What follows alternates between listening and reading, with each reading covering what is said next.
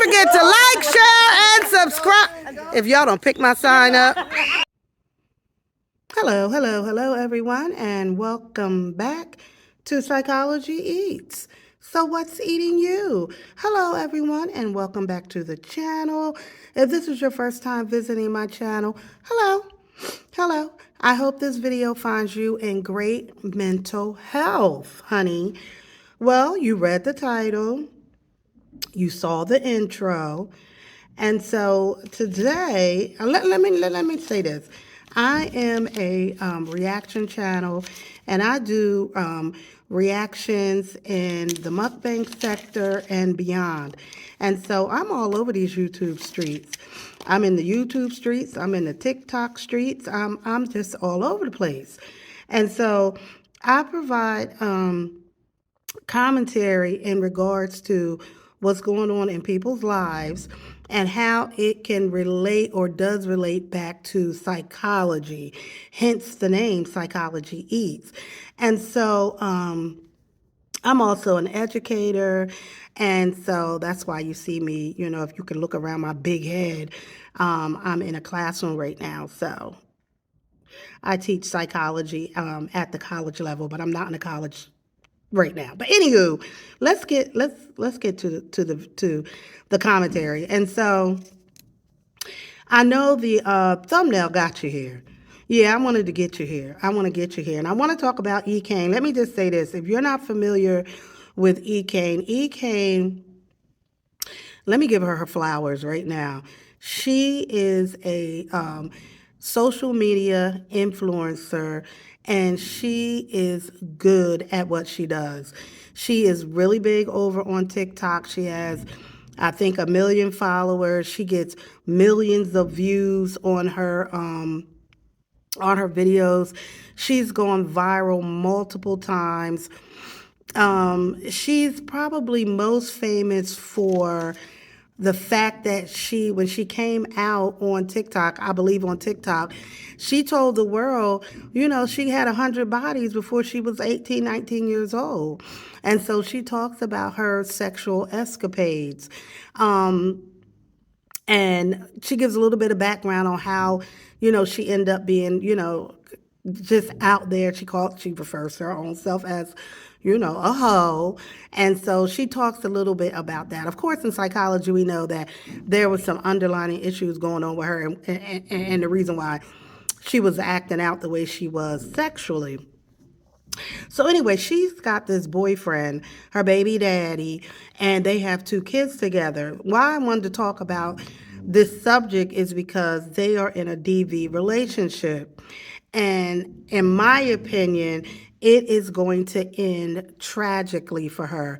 I believe that her baby daddy, Chris, is going to unintentionally unalive her because of their history of domestic violence.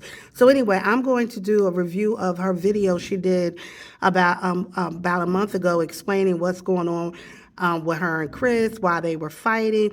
Chris has attacked her on live on TikTok in front of her audience multiple times. Smack, hit, pull, punch, all of that.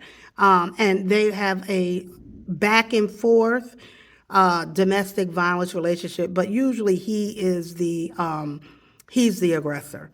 All right, let's listen to a little bit of what she has to say. This is Erica. I don't know how else to live it. I can't live it for y'all. I gotta live it for me and my kids, and that's what I'm trying to do right now. But anyhow, so I guess I talk about what I'm going through. If you can't handle it, and I'm sorry you went through that, and if you going through that right now, you gonna get through it. That nigga, he don't care about you. I'm telling you. But nothing I say is gonna make you want to leave, baby. You gonna know when you know. Period. But no, for real, y'all. So 2 nights ago, I went to my phone. He seen something that he didn't like. Okay, cool. Break up with me. Oh no, we're not gonna go that route. I'm just gonna beat her up, tell her drop me off, and then 10 minutes later I'm gonna tell her, why you tripping? Don't drop me off. We can just stay here. Okay, cool. So went to my phone, seen something. I'm irritated. Pause there. So she just kind of went through real quick and said he beat her up. Chris has beat her up multiple times. He's been arrested multiple times. And what happens is she'll usually bring him back. I think oftentimes she brings him back out of fear. Like a lot of women who are in abusive relationships, you bring them back because if you don't, you know the consequences of that could be even worse. So let's go on here. What else she has to say? Now you going? Why are you going through my phone? Why are you every time you go through my phone, your feelings get hurt? Like it's just. And first of all, we gotta. Can I rewind a little bit to the cycle of the relationship? Like we've been together 6 years. You feel me? I didn't start cheating on him, and I mean this with everything in me. I didn't start cheating on him until he ruined my first semester of college. That's when I knew, like, damn, you see, I'm trying to further my education. I just had a son, Right. and while I'm in class, you stealing my license plate off my car. While I'm in class, you taking a tire off my car. Very you letting the air abusive. out my tire so I can't leave. What? I'm 19 going through this with a newborn. So I'm like, mind you, yes, I had 88 bodies before I was 18, so I already got that hoe in me. You feel me? I got that slut in me. I'm like, you know what? I can't beat him up because at that time he was very, very physically, you feel me? But I still was in love with him. Like, I'm just a teenager who just got out of catching a lot of bodies. Finally, this one man come and show me respect. He finally treat me like more than just a sex object. You feel me? So, of course, I'm going to be attached to that because I've never had that before. Okay. I've never had that before. And no, these not excuses. I'm just explaining y'all what. And I hear what she's saying. I think what a lot of men who are aggressive and abusive, they don't start out that way. You know, in that honeymoon phase of relationship, they're going to show you everything that you thought you wanted and needed in a relationship. And that's exactly what Chris did.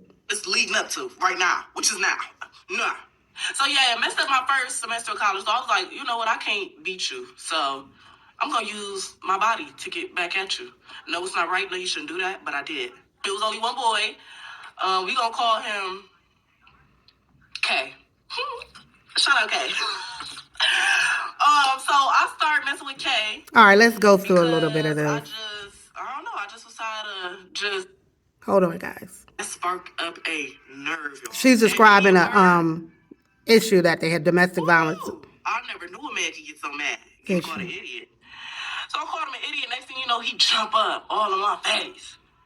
No, you gotta calm down. No, you better calm down. No, what the fuck you talking to? First of all, act your bank account.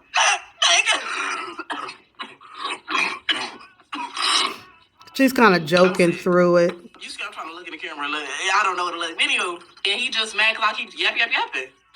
And mind you, while he in my face, I'm flinching because you did just put your hands on me in Chicago. Like, you're not going to get into that, but of course I'm going to be flinching. So he get mad like, man, you doing all this flinching. Boom! Push me into the tub. I mean, I did need a bath and shit like that. Yo, let me stop playing. So he pushed me into the tub, started swiping everything off the bathroom, came to my vanity, swiped everything off there, came to the dresser, swiped everything off there, broke my TV, punched it. That's my point. He's gonna hurt her unintentionally. It's not gonna be premeditated, in my opinion. It's gonna be during one of these episodes. He's going to unalive her during one of these episodes. But also, if it doesn't happen then, it'll happen when she finally says this is it and she ends the relationship. Most women are murdered during that time when they finally say that's it and they make an escape plan to get out. So it's just a dangerous situation all the way around. Hold on, guys. Let me find the ending part of the video. Now she's talking about the kids and what's happening with them because they've watched a lot of this violence. My heart is people make it seem so easy. Like, leave. You just gotta leave. And it's not that easy. You hear people's success stories of, oh, I left my abusive relationship 20 years after. I left my abusive relationship after 20 years. And y'all all cheer, y'all all congratulate. 20 years, they went through that. Right. 20 years. Y'all don't stop and be like, oh, you was a dumb bitch. You ain't had no self-respect for 20 years. You ain't had no self-love for 20 years. No, y'all just congratulate them. Y'all watching this in real time and me continuously trying.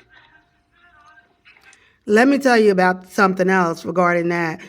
Although we get to hear some of those success stories that women that got away from abusive men, we unfortunately don't hear about the millions of women who didn't get away because they were unalived, because as a result of the domestic violence. So it's more of those stories that we don't get to hear because those women are not here anymore to tell their story. And I'm trying my hardest this time, y'all. Like, I want to co-parent with him. I want to make sure he see his kids. I'm not no bitter baby mama or nothing like that. Honestly, I don't even feel like I want to do supervised visitation with him, honestly, because the stuff he say to my son about me, of my 4-year-old son about me, is crazy. Terrible. I don't say nothing about their dad to them. I might make a joke on live, like, your daddy, he ain't got no money in that wallet, but they know it's just jokes. Like, come on. And they know he ain't got no money. He will be back. The names he'll call me to my 4-year-old son, That's not going to change, Erica. I ain't talking about just bum. You call me bum, you call me stupid, dumb. The Verbally curse words you call abusive. me to my 4-year-old son, you will look at my 4-year-old son and say, yo, mama. Terrible.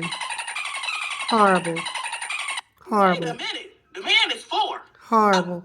I don't say it, the man. The boy is 4. Right. So it's like I want supervise to make sure, like, I don't know, y'all. It's just, it's too much. It's way too I love much. my baby daddy. I hope and wish him nothing but the best. Okay?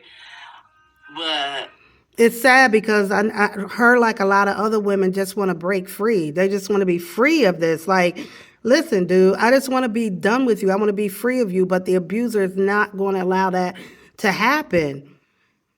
It's the power and control that he has over her that he's not going to give that up.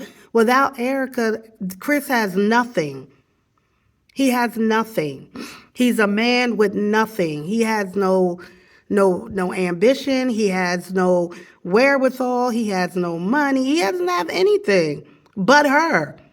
And so her saying that this is not going to work anymore will infuriate him. I mean, he cries, he begs, he stalks her.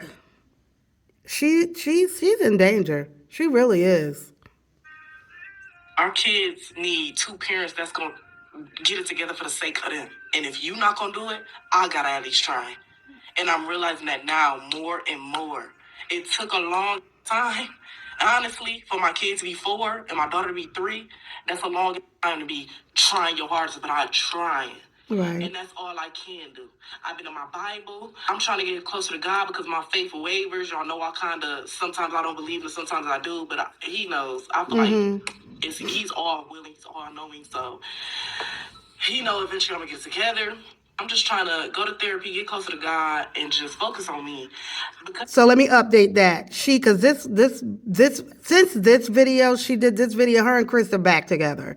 They back making videos. They're back, in a good space.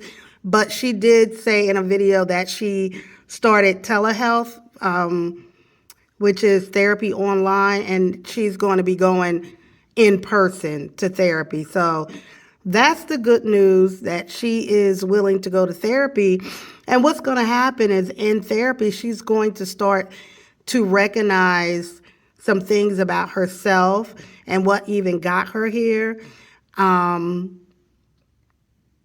probably want to break away from Chris, unless Chris decides to get therapy and works on himself. But this is my birthday month, and I got a cruise coming up. I've been able to keep busy and not think about my baby daddy. But if I didn't have this cruise coming up, all right, so she went on the cruise, had a great time, whatever.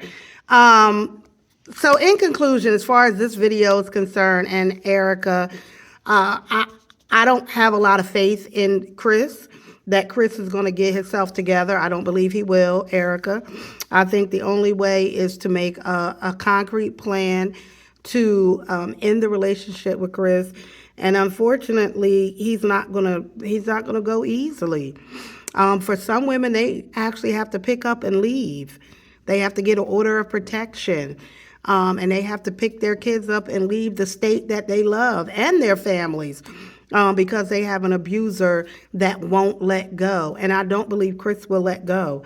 I think Erica is in danger, and I believe that this is going to end badly for her unless she makes the steps to detach from him, like a clear detachment from him.